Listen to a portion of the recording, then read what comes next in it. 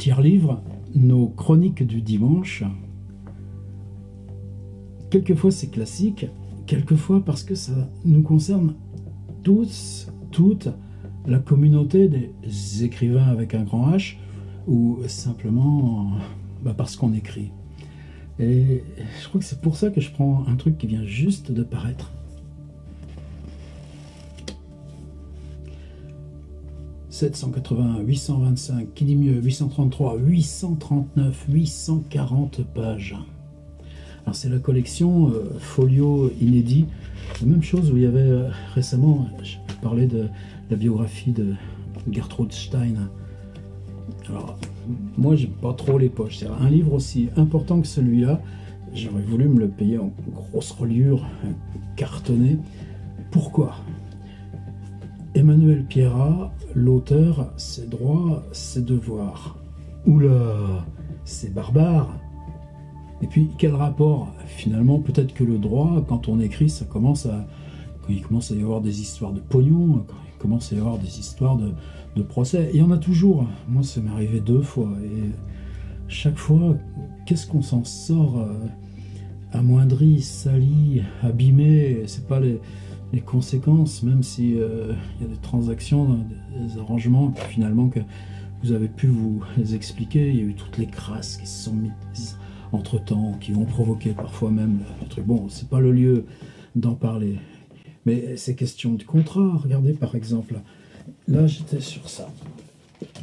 Parce que je vois dans le blog de Karl Dubost, lagrange.net, tout d'un coup, ce gars qui fait une espèce de blog depuis des années, où il y a simplement sa lecture du matin quand il prend son café latte. Et puis, il photographie, il vit au Japon, près du mont Fuji, la mer, une plage, une feuille d'arbre. Et puis, dans son petit rituel du matin, tout d'un coup, je vois apparaître qu'il était en train de lire cet abécédaire. Moi, cet abécédaire, c'était chez Grasset, fragment du dedans, vous voyez, la couve est magnifique. Et quand on m'avait proposé cet exercice, je me suis dit, ok, un abécédaire, mais moi je travaille pas sur l'intime, je travaille pas sur le carnet. En fait, c'est grâce à la vidéo que j'ai vraiment commencé à ouvrir cet espace-là. Et quand on me l'a proposé, j'ai dit, bon, ok, je signe le contrat, parce que si ça m'en dépossède, ce sera plus facile. Grasset, c'est pas une boîte avec laquelle je me sens beaucoup d'affinité, à part Jeanne Garcin qui avait lancé cette collection, mais on ne se connaissait pas avant, c'était rémunéré, et je me dis, justement parce que c'est à distance, comme ça que je lance là mes textes, et finalement, je crois que c'est le bouquin le plus intime que j'ai fait. Le mot sac, le mot sage, pantalon, ventre, vertical, visage, vitesse, message, métal, foudre, fracas, fric, film, conversation, couleur, cahier. Bon, chacun, il y avait une dizaine de bouquins dans cette collection, chacun a détourné l'idée de l'abécédaire. Et là, ce bouquin qui est sorti, je crois, en 2014, 2016, par là, 2014, je me disais, mais par exemple, j'aimerais bien le reprendre, j'aimerais bien continuer à réentrer dans les mots. Ben oui, mais il ne m'appartient plus. Il appartient à Grasset pour jusqu'à 70 ans après ma mort. Avec les éditeurs, en ce moment, on parle de contrat équitable avec mes copains de la Ligue des auteurs pros.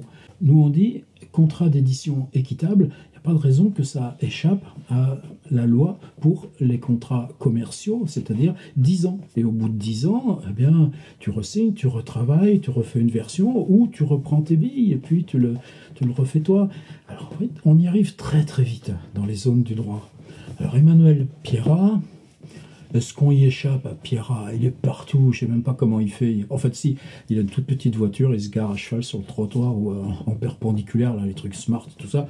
Ce qui fait qu'en fait, il peut aller à toutes les radios, tous les machins, mais bon, je crois que c'est pas ça. Je crois qu'une fois, Pierrat, il a dit une sacrée... un bouquin moi, qui m'a aspiré comme ça. Il raconte qu'il fait partie de ces quelques dizaines de personnes, pas plus en France, qui ne dorment que 2 heures par nuit. Et alors, bon, sa production écrite est immense. Mais quand il s'agit de ces questions-là, il est complètement à cheval, l'ami Pierrat. C'est-à-dire, d'un côté, il y a son cabinet, et le secret des affaires commerciales, parce qu'elle concerne le droit d'auteur.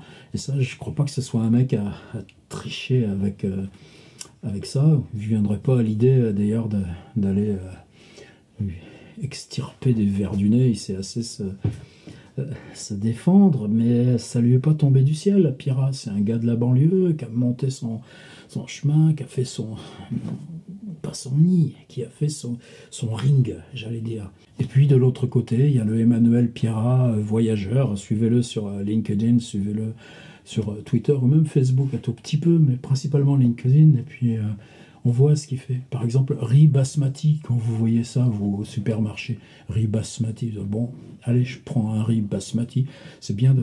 Mais un jour, c'est les Américains qui ont décidé, oh, riz basmati, ça fait bien se vendre, alors on va déposer le mot basmati. Et puis les producteurs de riz basmati dépossédés. Et ben Pierrat, qu'est-ce qu'il fait dans ce cas-là? Il prend l'avion et il y va là-bas. Et il organise le truc. Voilà, c'est un gars pour qui il y a de l'estime.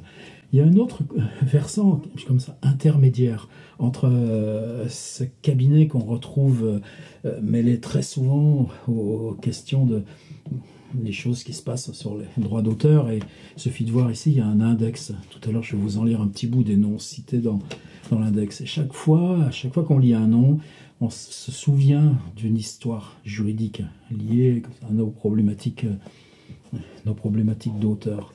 C'est Livre Hebdo. Alors, vous savez, Livre Hebdo, bon, maintenant, c'est en perte de vitesse. C'est le journal du syndicat de l'édition. C'est un journal qui faisait un peu le baromètre pour les questions entre librairies, bibliothèques, même les prescriptions de livres. Simplement, c'était un organe d'un syndicat qui maintenant lui-même est en bisbille entre les gros éditeurs et puis les petits. Le fait que Livre Hebdo soit toujours diffusé via un abonnement cher, parce que ce qui visait, c'était les bibliothèques, les établissements comme ça, et donc les auteurs, nous, on n'avait pas les moyens de payer 400 ou 600 balles par an pour s'abonner à Livre Hebdo, donc on était exclus du truc, et maintenant, ils ont remplacé par une version en ligne. Mais il y avait une exception. Pendant longtemps, on trichait, attention, je dis ça comme ça, mais on avait un truc, il fallait mettre login Figaro, mot de passe, rédaction. Et avec ça, je crois qu'on était pas mal de centaines d'auteurs. Je crois que personne n'a jamais lu Livre Hebdo autant que Figaro avec le mot de passe rédaction. Mais bon, au bout d'un moment, ils s'en sont aperçus. Bon, plus de Livre Hebdo. Mais pour Emmanuel Pierrat, il y avait un petit truc à part. Il y avait une chronique juridique hebdomadaire. Et cette chronique, alors évidemment, quand tu fais une chronique chaque semaine, tu es forcé d'aller explorer les thèmes, tu es forcé d'aller pousser les limites du territoire, tu es forcé de prendre une toute petite vignette de trucs, un point totalement qui peut paraître secondaire, mais là on se retrouve dans la liberté de l'essayiste, la vieille tradition des Montesquieu. C'est-à-dire tu prends un petit point aigu, un truc qui gratte, et tu le déplies et tu retrouves les choses fondamentales, les choses qui organisent un système de société. Et les chroniques d'Emmanuel dans Livre Hebdo, bon, moi je sais pas combien j'en ai répercuté en retweet, tout ça, mais disons que pour nous autres, ça nous garde en veille, ça nous garde en vigilance. Ça, tu disais, tiens, là, est-ce que c'est important, est-ce que c'est pas important? C'est pas grave. C'est comment tu raisonnes sur cet espace où l'intimité de ton écriture, en devenant publication, qu'est-ce qu'elle appelle comme déplacement, comme avancée? Le droit, et même Emmanuel, on en a parlé de ça, il suit. C'est nous qui le bousculons. Finalement, on invente nos usages. Combien de choses on fait d'illégal? Vous faites... là, moi, j'imprime des livres sous forme papier, et puis je les fais sous forme numérique. Bien, le papier et le numérique sont vendus à part. Moi, là, je mets j'ai juste un petit lien, je dis, vous voulez la version numérique, cliquez là, et vous l'avez. C'est illégal. En même temps, maintenant, ça paraît totalement aberrant que si tu achètes le livre imprimé, tu n'aies pas en même temps le code pour la version numérique. Pourquoi les gens, ils achètent des vinyles alors qu'ils n'ont même pas de platine pour les écouter? Sinon, pour le petit code qui sert à écouter du MP3, mais le vinyle, c'est la valeur symbolique, etc. Vous voyez, et ça part. Si on prend les chroniques Livre Hebdo, c'est la rigueur. La rigueur, des fois, c'est pénible, c'est horripilant même chez les juristes. Parce que, on dirait qu'à chaque fois, ils déplient, et puis après, débrouille-toi avec ce truc qui est devenu tellement compliqué que tu sais plus où t'en es. Mais à ce moment-là, c'est là où Pierrat, par exemple, il vous dit « Non, moi, j'écris pas mes plaidoiries, mais quand je me réveille à 5 heures, je je me fais, parce qu'il dort là, je vous ai dit, de 2h30 du matin jusqu'à vers 4h30, 5h. Je me réveille, je la tape à l'ordinateur, je l'imprime, elle est dans ma serviette. Quand je plaide, je ne la sors pas de la serviette. Mais j'ai fait cet exercice par écrit. Donc on se retrouve avec cette chose orale, élémentaire. Ça s'appelle le barreau. Alors je vais faire quelque chose qui n'est pas de la critique de livre. C'est un usuel, je ne sais pas combien ils vendent ça.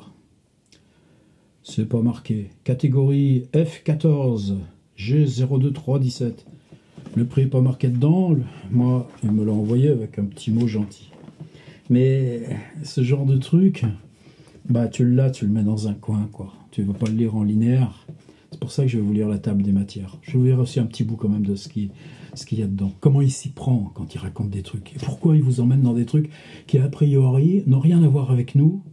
Est-ce que je suis mannequin, moi? Non, ben vous allez voir. Comme je vous l'ai dit, j'aurai la possibilité là de me l'acheter dans une belle reliure toilée. Je le ferai aussi. Je pense même que je vais acheter la version numérique. Je vous lis la table des matières. Attention, c'est parti. Dites-vous que c'est peut-être la première fois qu'en vidéo sur YouTube, une chaîne littérature, au lieu de parler d'un livre ou pour parler d'un livre, dit « Je vous lis la table des matières ». Avant-propos, première partie, qui est auteur? Et voilà, on a tout compris. Et en ce moment, par exemple, que ça discute de lourd, il y a ceux qui disent « Ouais, il faut la revendication d'un statut auteur », comme il y avait en Allemagne de l'Est ou en Russie staliniste. Il y en a d'autres qui disent « Il faut que les auteurs soient comme les intermittents du spectacle ». Quand tu vas faire des trucs en librairie, machin, truc, je sais pas, mais ensuite, on te paye. Puis c'est dangereux. Moi, par exemple, moi, je me dis que pour moi, aujourd'hui, faire un atelier, faire un stage dans une fac, faire un atelier en ligne, jouer avec mon site, l'argent que me donne YouTube sur ces vidéos, tout ça, c'est une espèce de contigu. Je n'ai pas besoin ni des droits d'auteur, ni du statut d'auteur. Si une maison d'édition veut reprendre un travail sur Lovecraft, je signe plus de contrat d'édition. Je signe un contrat par lequel elle achète à ma maison d'édition les droits de reproduire pour telle durée, pour tel ce que j'ai travaillé. Et finalement, avec un SIRET, j'ai la possibilité de facturer. Mais je facture comme plusieurs copains artisans, là, dans ma rue, ou plusieurs copains qui font des boulots à côté, là, la maison d'en face, elle ne bouge pas de chez elle. Mais elle traite à distance des enlèvements de produits dangereux qui ne peuvent pas être évacués dans des déchetteries ou des systèmes normaux. C'est très étrange, le monde des gens qui travaillent chez eux. Mais, mon SIRET, pour moi, est plus favorable qu'un statut d'auteur. Tout de suite, on est sur des questions de société extrêmement lourdes, extrêmement puissantes. Les copains, là, plein de gens que je connais qui ont fait une pétition dans Libération sur ce truc que les auteurs devraient être intermittents. Mais à quel moment commence d'être auteur? Alors ouais, ben là, vous voyez, Pierrat, première partie, qui est auteur? Chapitre 1. Qu'est-ce qu'une œuvre originale? La nécessité d'une mise en forme. Tout écrit est protégeable. Tracts électoraux, écrits scientifiques, cartes géographiques peuvent être protégés par le droit d'auteur. Les éléments composant un livre, tels que les personnages, peuvent également bénéficier d'une protection autonome. Ça aussi, les enjeux, cherchez les exemples. Vous les trouverez vite. Hergé. Un titre est-il protégeable indépendamment de l'ouvrage qu'il désigne? L'éditeur doit se montrer vigilant sur la protection des photographies. Absence de protection pour les informations et retranscriptions.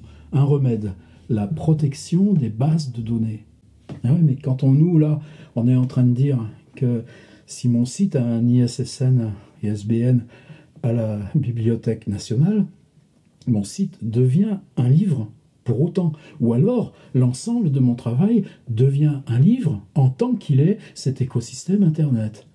Cet écosystème Internet, rassemblé, désigné par son ISBN attribué par la BNF, c'est un ensemble de bases de données, avec une base de données principale, des bases de données annexes, des bases de données privées. Mais vous voyez, tout de suite, on est dans le dur, j'allais dire. Base de données et tribunaux, les précisions apportées par les juges, l'action en concurrence déloyale, le bouclier des ouvrages dépourvus d'originalité. Et là, tu lis un titre comme ça, tu dis « Wow, ce ne serait pas une idée de fiction, ça ?» Chapitre 2. Qu'est-ce qu'un écrivain au sens du droit d'auteur? La situation de l'auteur salarié.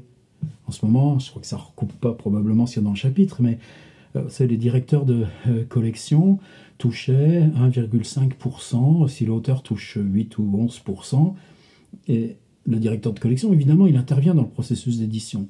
Mais les maisons d'édition, ça leur évitait des salariés, en les laissant sous le régime du droit d'auteur. Là, aujourd'hui, on est un petit peu en bisbille aussi sur ces questions-là. Comment les gros éditeurs échappent au code du travail avec des manipulations de ce genre-là. Un professeur peut-il revendiquer les droits d'auteur sur ses cours? L'épineuse question de la titularité des droits sur une photographie. Vous vous rappelez ce type qui s'était fait attraper son appareil photo par un singe, et que le singe s'était fait des autoportraits. Ça appartenait à qui, les photos? Chapitre 3, l'écrivain et son nom. Les tribulations juridiques des pseudos d'auteurs. Moi, j'ai fait mieux. J'en ai jamais parlé à Emmanuel Pierrat, mais l'autre, François Bon, qui écrit des livres, des fois, en ce moment, on est en plein balancement. C'est moi qu'on croit qu'il suit l'autre, alors qu'autrefois c'était l'autre qu'on croyait que c'était moi. Ou le contraire, vous m'avez compris. Mais bon, nous, on n'a pas de problème juridique, on se débrouille, nous. Gare à l'usurpation d'identité. Nom d'écrivain et scène de ménage. Peut-être que je vais vous le lire, celui-là. Quels sont les droits du prête-plume? Longtemps, on disait nègre. Moi, j'en connais un copain qui est à 30 bornes d'ici, qui est prête-plume. Il se lève le matin, il va s'asseoir à son Mac, bon, il promène son chien, puis du bien, il est à la campagne. Il est déjà adjoint au maire maintenant, il fait les mariages. Mais il vit comme prête-plume. Chapitre 5. Que devient l'œuvre d'un écrivain décédé ou inconnu? Le sort des droits d'auteur du défunt écrivain, divulguer ou ne pas divulguer, le destin des œuvres posthumes, l'exécuteur testamentaire, la clé de voûte d'une succession réussie, un répertoire Balzac pour les œuvres sans famille. Ça, c'est aussi un truc très important. Quand vous cherchez des droits, à qui appartient un droit, il y a une espèce de base de données, mais en même temps, elle n'est pas entretenue, un peu fossile. Et dès que vous arrivez sur les questions étrangères, et puis que c'est, par exemple, le droit de publier Dunsany, des livres publiés en 1902, mais il est mort à 96 ans, dans les années 60, il est toujours pas dans le domaine public, Dunsany. C'est dur pour les Lovecraftiens. Chapitre 6. Les droits d'auteur sont-ils éternels? Ce que je vous disais tout à l'heure. Cette question pour revendication, pour nous, d'en finir avec l'équivalence droit d'auteur, droit sur la propriété intellectuelle. La propriété intellectuelle, elle est transmissible à vos enfants, ça dure post-mortem, c'est d'autres questions que lève Pierrat, mais le contrat d'édition, lui, aujourd'hui, nous, on veut l'en séparer de ça. Combien de temps faut-il attendre pour exploiter librement une œuvre? La limite des perpétuels droits moraux. Vous savez, des arrière, petit-fils ou nièce de Victor Hugo qui n'était pas d'accord avec tel truc sur Les Misérables. Livre audio et durée des droits des artistes-interprètes, etc. Deuxième partie. L'écrivain est-il libre de tout écrire? Et là, c'est que Pierrat, c'est là où il ferraille tout le temps. Les livres sur la censure. Et heureusement qu'il y a des types qui sont là. Il ne se bagarre pas sur les histoires de son cabinet, ça, il ne va pas s'exprimer publiquement là-dessus. Mais sur toutes ces questions où c'est notre liberté essentielle à tous, aux questions, il faut bien des types armés qui aillent là-bas. Chapitre 7. Liberté de création et limite des droits antérieurs. L'interdiction du plagiat. Mais commencez aujourd'hui, quand même dans le cœur même de la fiction, comment un langage, parce qu'il est documentaire, va servir d'appui à la fiction. Je pense à des gens comme Emmanuel Pierrat, ou comment, par exemple, ou comment Christophe Siebert, par exemple ici, il invente de fausses pages Wikipédia, qu'il nourrit avec de vraies pages Wikipédia, et finalement vous êtes pris dans un labyrinthe pour un pays totalement inventé, mais où c'est Wikipédia copié, repris, qui sert de base d'établissement. La formule interdiction du plagiat, elle n'est pas si absolue que ça. L'exception de copie privée, sa difficile mise en pratique, copie privée et expansion du numérique, le droit de courte citation. Par exemple, chez Fayard, chez Albin, je ne sais plus, on sortait notre Bob Dylan. Bob Dylan, il a un contrat d'exclusivité pour les traductions avec Fayard. Or, la traduction, là, chez Fayard, elle est pourrave. Vie personnelle. Donc, moi, je retraduisais Dylan, mais si tu dépassais les 6 ou 8 lignes, tu tombais sur la nécessité de le déclarer à son agent, de repayer et tu retombais sur la plate-bande à pas franchir de la traduction Fayard. Et par exemple, dans le domaine anglo-saxon, il y a le fair use, c'est-à-dire tu distribues un texte à tes étudiants. Tu fais, ou tu établis, par exemple, Julien Gracq, Antonin Artaud, Henri Michaud. On n'a pas de version numérique. Elles n'existent pas. Quand tu fais de la pédagogie, qu'est-ce que tu fais? Si les étudiants, parce que c'est l'enjeu même de la lecture, si je prends les versions numériques que j'ai dans mon ordi, légales ou pas, et qu'avec le vidéoproge, je les mets en grand sur le mur et qu'on les commente. Parce que si je le fais exister sur le mur, les auteurs que je commente, eh bien c'est autre chose qu'une prescription de lecture. Et ça, j'en ai besoin. Donc ça, dans le domaine anglo-saxon, il y a ce qu'on appelle l'exception pédagogique. En France, elle n'existe pas. D'où plein de trucs, les photocopieuses, les codes, ça. Même quand vous êtes zéro papier, ça vous retombe sur la gueule. Le droit de courte citation, une citation respectueuse de son auteur, droit de citation artistique et catalogue de vente, l'exception de panorama, par exemple, quand j'avais sorti mon petit bouquin, mon essai sur Edward Hopper, à l'époque, la première collection, c'était Floïc, Musée secret. Tu as des toiles de Hopper qui sont essentielles, mais précisément, elles ont été achetées par des spéculateurs qui mettent ça dans des coffres de banque et qui interdisent même la reproduction en bas format. On la franchit, on la franchit pas. Ben moi, je trouve des astuces. J'ai réimprimé mon livre, il n'y a plus les images, mais si tu associes mon petit livre, Dehors et la ville, à la page qu'il y a sur le site, tu retrouves les images, mais par contre, on est en dehors, là encore, de la légalité. Et pourtant, le droit de s'approprier un Hopper, de le mettre sous coffre pour spéculer sur ton image. Si la toile, elle s'appelle philosophie, comme c'est le cas. C'est là où on a besoin de ce genre de choses. Et il faut qu'on soit armés, nous aussi. Et c'est compliqué. Comment déterminer si l'œuvre n'est qu'un accessoire? L'exception de parodie et de caricature, l'art de moquer une œuvre sans lui nuire. C'est beau comme c'est dit. Caricature, photomontage et malveillance. Chapitre 8. Les limites de la fiction et de l'autofiction, évidemment. L'utilisation de noms de personnes existantes. 147. 3 pages plus loin, les travestissements des noms de personnages. 150. 5 pages plus loin, être ou ne pas être identifiable. 155. Lorsque la fiction reprend ses droits. On est 3 pages plus loin, 158. Encore une page, là c'est plus bref. Littérature et faits divers. Qu'est-ce qui s'est passé pour mon livre Un fait divers?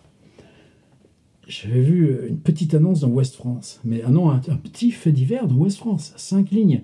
En même temps, ce qui me fait boum d'un seul coup, c'est que ça se passait dans une maison, une chambre, une ville, où moi-même j'avais vécu étant étudiant à un âge donc, qui était celui des protagonistes, et largement aussi paumé qu'eux. Donc, je reconstitue ça, mais je le reconstitue avec mes histoires à moi. Il y avait un trajet en mobilette que je refais. Le gars, il venait d'Allemagne. Moi, je le fais partir de Marseille pour traverser par des lieux que je connaissais, arrêt à Romorantin. Les strates de l'enquête, l'avocat, le journaliste, le procureur, le flic, les parents, les fiancés, les témoins. Donc, ce bouquin, moi, ça a été un arrachement. C'était ma façon d'entrer dans cette ville où, étudiant, j'avais vécu 2 ans. Y compris avec derrière moi le suicide du copain avec qui on était en coloc. Bon, c'est tout, c'est une fiction. Un fait divers, roman, édition de minuit. Et là, un petit con, je crois, ça s'appelait Centre Presse, à Angers. Moi, j'avais tout mis sur Le Mans. Donc, j'avais tout décalé, c'est précisément des villes que je voulais pas.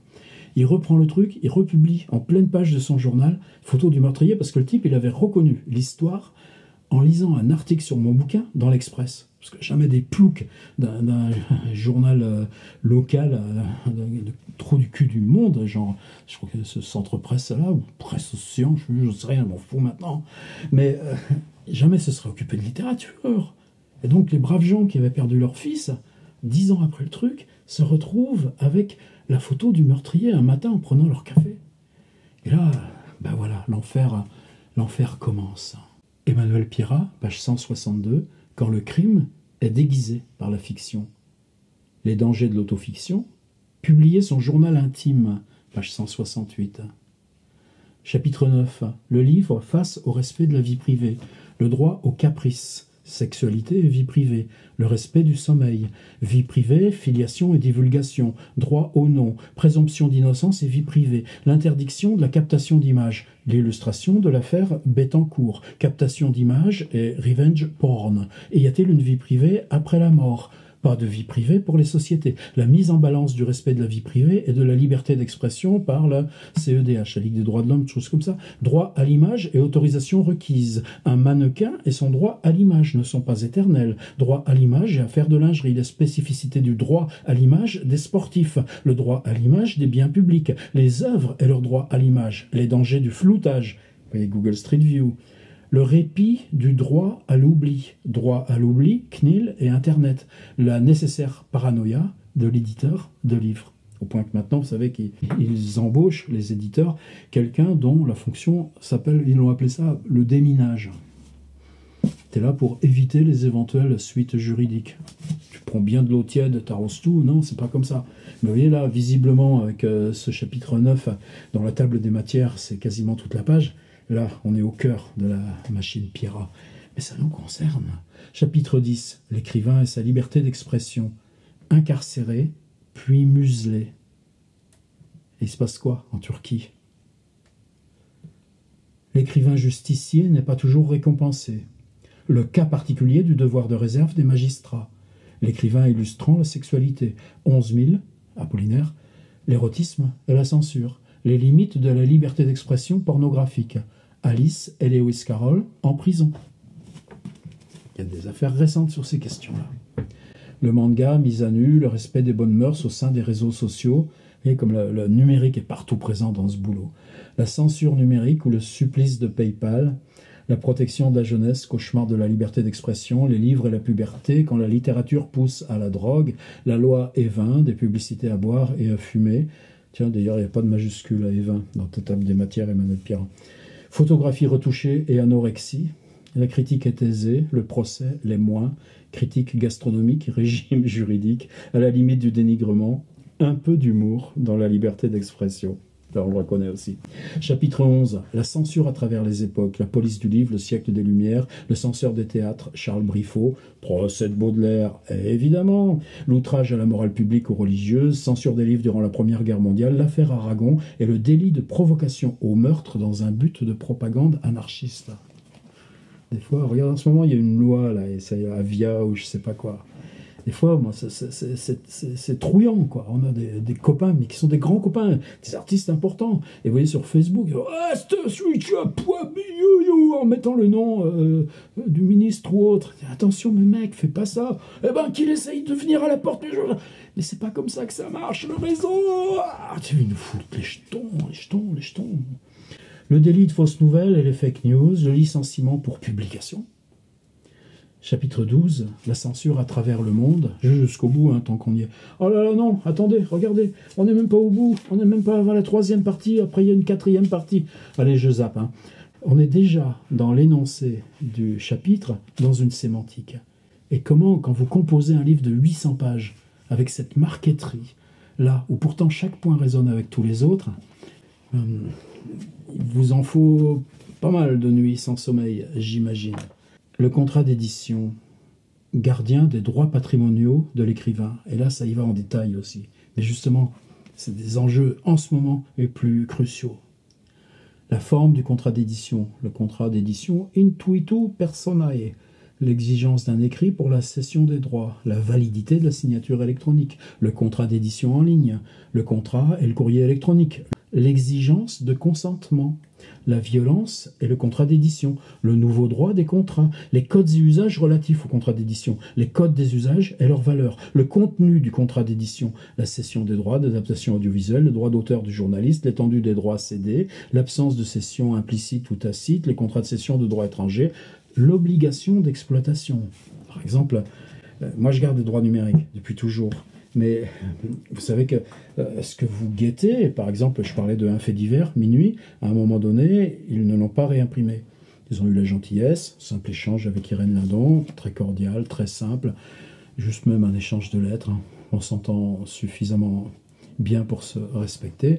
Eh bien, j'ai repris les droits d'Un fait divers et je les republiés. Idem pour Limite, idem pour C'était toute une vie chez Verdier. C'est fini l'époque où les éditeurs... ils gardent simplement, vous avez le cas de, et ça c'est évidemment plus que courant dans les maisons, le livre n'est plus en vente, mais si la FNAC le commande, il vous en reste 20 ou 30. Donc ça veut dire qu'il sera toujours disponible, même s'il n'y a plus aucun boulot de fait.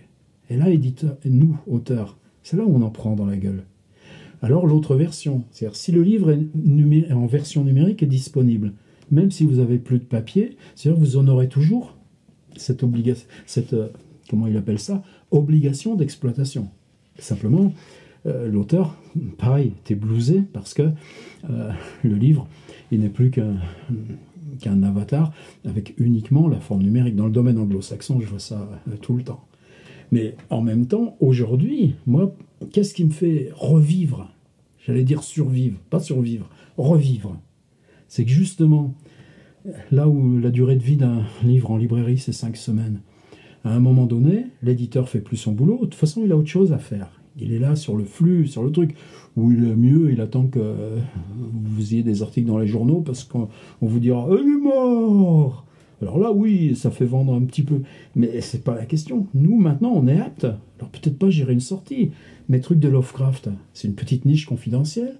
Simplement, quel plaisir que cette niche confidentielle, je puisse l'avoir avec un rapport à ceux qui me lisent, beaucoup plus serré. Donc, on est apte, dans le cadre d'une diffusion, petite diffusion de niche, à le faire mieux qu'un éditeur.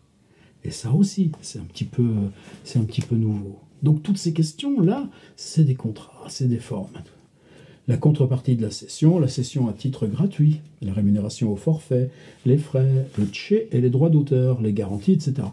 Quatrième partie, l'écrivain et la loi de 1881, prescription de la loi de 1881, prescription en matière de droit de la presse, prescription en cas de nouvelle publication, la diffamation, etc. Bon, par exemple, autrefois, un livre achevé d'imprimer, vous avez 3 mois pour poursuivre. Simplement, si c'est en ligne, ou si le livre est en version numérique, on dit que la date de publication, c'est le moment où vous le téléchargez. Donc ça devient... Bon, je pense que ce n'est pas des choses si simples que ça qui développent. Mais voyez comme ça nous rejoint. L'auteur raciste. Chapitre 29. Tintin et le racisme. L'écrivain raciste. Le livre et le racisme. Alain Soral et le racisme. Pourquoi je ne fais plus de Lovecraft en ce moment? Depuis George Floyd... Je peux plus, là, en ce moment. Laissons se faire. Il y a une mutation. C'est pas que je déboulonne la statue de Lovecraft. C'est qu'à un moment donné, dans cette... Il faut qu'on ravive encore. Il y a longtemps qu'on les a mis à chauffer à blanc les feux sur cette question, y compris sur un grand type comme Lovecraft. Et bien, même là, encore, il faut qu'on revienne. C'est pas simple. L'auteur négationniste, l'affaire Garaudy, les provocations à la haine et l'apologie du terrorisme, le combat contre Mein Kampf. Vous savez, j'ai dit ici le Mein Kampf, retraduit de façon critique, politique, par Olivier Manoni, et qui devait sortir chez Fayard. Mais c'est trop brûlant. Les nazis, le droit d'auteur, criminel et droit d'auteur, le délit de provocation, provocation au suicide, l'auteur et la pédophilie. Puis, 5e partie, droit moral de l'écrit. Les conséquences de la remise du manuscrit à l'éditeur, propriété matérielle et intellectuelle, propriété matérielle des clichés, publication, les mentions obligatoires, la promotion, la distribution du livre, le cadre légal. Waouh, 840 pages. Évidemment, c'est pas un bouquin, il y a un régal à l'ouvrir. Ah, c'est comme ça qu'on peut raisonner de cette question. Oui, on est dans de la philosophie sociale. Et de toute façon, voilà, c'est tout ce que j'ai fait depuis le temps, les quelques jours là, que je l'ai. Tu l'ouvres au hasard, tu tombes. Ah, la réglementation de la publicité pour les livres. Ah, c'est comme ça, et ça, et ça. Et c'est génial. Enfin, les aléas de la vie de couple s'accommodent parfois assez mal du choix d'un nom de plume. Le 10 février 1981, le tribunal de grande instance de Paris a ainsi interdit à une journaliste de continuer de publier des livres sur les femmes d'ennemis publics en utilisant le nom de son ex-mari. Les juges ont souligné que, de toute manière, Isabelle Dumas aurait-elle acquis comme écrivain le droit d'user du patronyme des consorts de Van Gun, elle ne saurait pour autant outrepasser les limites qu'impose l'exercice des droits de la personnalité d'autrui. Il est indéniable que le nom des demandeurs s'est trouvé par l'abus qu'en a fait la défenderesse à diverses reprises, mêlé à une évocation complaisante et tapageuse de la vie des criminels de droit commun. Là, c'est une grande citation. Le titre, nom d'écrivain et scène de ménage, je dis que je vous le lirai. Y a-t-il une vie privée après la mort? De Saint-Laurent à James Brown, en passant par François Mitterrand ou Michel Foucault, tous les morts célèbres sont aujourd'hui l'objet de livres à leur image ou qui n'hésitent pas à aborder la sphère de la vie privée. Les proches du défunt tentent de monnayer leur héritage ou s'indignent jusque devant les tribunaux. Le droit français n'accorde pas une véritable protection aux morts. La Cour d'appel de Paris a ainsi... Et voilà. Vous voyez comment il vous met dans sa machine? Et quand je vous disais que j'étais pas mannequin, un mannequin et son droit à l'image ne sont pas éternels. La Cour de cassation, dans un arrêt du 28 janvier 2010, s'est à nouveau penchée sur les autorisations de droit à l'image et pour donner de nouvelles précisions en faveur d'un assouplissement des règles contractuelles. Car faute de cadre législatif, les autorisations et contrats relatifs au droit et à l'image sont soumises à la seule jurisprudence. Rappelons d'ailleurs que le droit à l'image en lui-même n'est d'ailleurs qu'une création jurisprudentielle reposant sur des articles très généraux du Code civil. Seuls les mannequins professionnels relèvent d'un régime juridique particulier, qui n'éclaire guère ceux qui doivent conclure des contrats ou faire signer des autorisations. Le 11 décembre 2008, la Cour de cassation avait déjà statué sur l'épineux problème des contrats afférents aux cessions de droit à l'image. En l'espèce, le litige opposait un mannequin à une société commerciale. Le document conclu prévoyait une rémunération d'à peine plus de 300 € correspondant à une exploitation pendant 15 ans sur tout support et par tout moyen, plus ou moins détaillé, pour le monde entier et une durée de 15 ans renouvelable par tacite conduction. La juridiction suprême, un tel accord, etc. Et quand vous lisez ces 3 pages, alors là encore, on se dit, tiens, on passe dans l'univers people. Non, moi je me souviens de jury de concours d'entrée à Cergy, plusieurs fois même, où on savait que la fille, dans son book, dans son dossier, elle venait de faire 5-6 ans de mannequinat. Et puis, pouf, t'es recraché comme ça. En même temps, c'est quoi ta position d'art par rapport aux photos, au corps, à l'art de se tenir, et la discipline que tu as faite pour toi? Et quelquefois, c'était très dur. On a le cas contraire aussi, très souvent. Il y en a une fabuleuse, une bretonne, une tête de bretonne. C'est un coiffeur, une grande maison de coiffure. Toutes les 3 semaines, elle a droit à une nouvelle coiffure. C'est quoi quand tu donnes ton visage aux autres et que tu quittes quoi? Tu quittes un symbole de classe. Et comment on va te juger toi, d'après la tête que tu as faite la grande maison de coiffure? Bon, ça fait rien. Avec elle, on met les pages au milieu, ça passe. Vous voyez, ces questions-là. Merci Emmanuel Pierrat. Je pense qu'il n'y a pas besoin de faire de la pub pour ce bouquin. Je pense que de toute façon, ce genre de truc, ça va être pendant des années dans tous les petits rayons. Ça, mais se dire que c'est pas un utilitaire, quoi. C'est-à-dire, si vous le voyez, que vous l'attrapez, mettez le nez dedans, vous aurez pigé tout de suite. Ce à quoi ça fait réfléchir, c'est cette notion de publication. C'est-à-dire, si on écrit pour soi dans son petit carnet, son petit carnet, là, j'ai le carnet de mon grand-père pendant la guerre 14-18. Si je l'utilise dans un bouquin, Pierrat. Je suis pas conflictuel, ni procès, ni rien du tout. Mais on est dans des choses qui sont, de toute façon, dans un espace qui n'est plus personnel. On a besoin de ça. Dans l'adresse du mot, dans ce qu'on convoque, de ce qu'on porte, de ce qu'on lit et dans ce qu'on renvoie. Il y a une interface là qui n'est pas simplement... Tenez, on va finir avec ça. Vous savez qu'il y a 2 ans, j'avais traduit chez Jean Boîte, édition, ce fabuleux livre de Kenneth Goldsmith. Ça n'a pas été facile. Qui s'appelle Uncreative Writing. Nous, on a traduit l'écriture sans écriture. Il parle de quelqu'un qui s'appelle Vanessa Place. J'avais jamais entendu parler de Vanessa Place.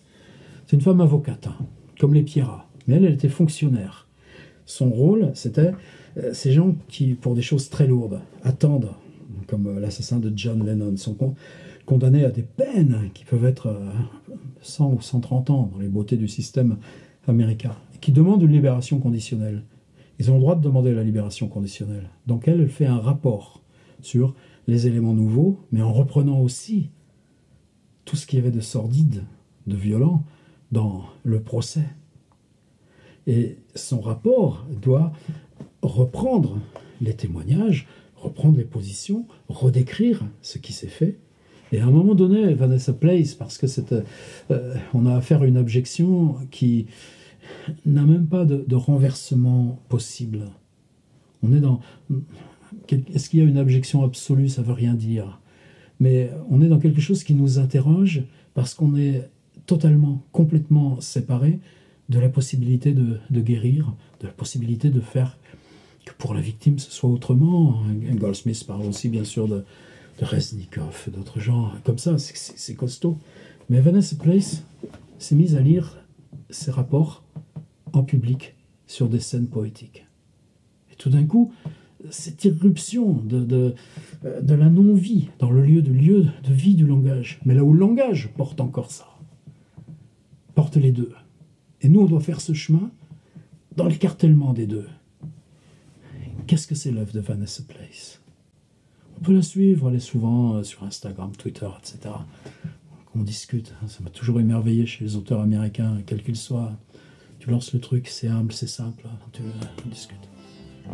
Bon, tout ça, c'est là où il ne s'agit pas d'un code civil, c'est là où il ne s'agit pas d'un manuel, c'est là où il ne s'agit pas de recettes de cuisine. C'est là où Emmanuel Pierrat nous fait réfléchir. Donc, allez-y de confiance. Petite fin sur les éditions Gallimard, la nouvelle Bible des créateurs. Vous voyez quelque chose de commun entre tout ce que je viens de dire et cette merde? Non.